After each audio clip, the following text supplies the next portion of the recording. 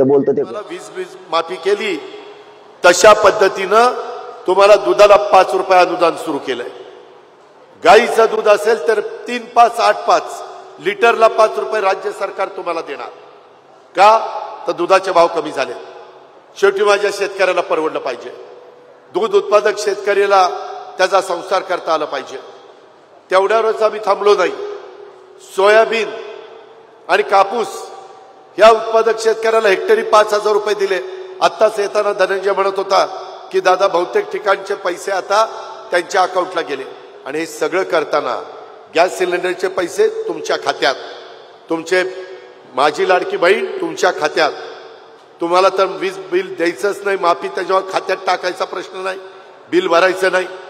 इथनं पुढं वीज कनेक्शन मागितलं, सोलर पंप तुम्हाला देणार।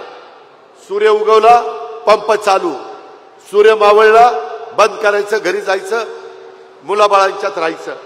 बिबट्या यायला नको, साप नको, विंचूकाटा नको, निवांत रात्री घरी मुलाबाळांच्यात झोपून घ्यायचं। अशा पद्धतीचा विचार हा कृतीमध्ये आणलेला आहे। हे सरकार आहे, हे आम्ही करतोय। मित्रांनो, एवढ्यावरच आम्ही नाही थांबलो की ज्या पद्धतीनं तुम्हाला मदत त्या ठिकाणी केलेली आहे, ऊस उत्पादक शेतकऱ्यांना पण आपण काही महत्त्वाचे निर्णय घेतले। परंतु ते सांगून मी आपला सगळ्यांचा वेळ घेत नाही।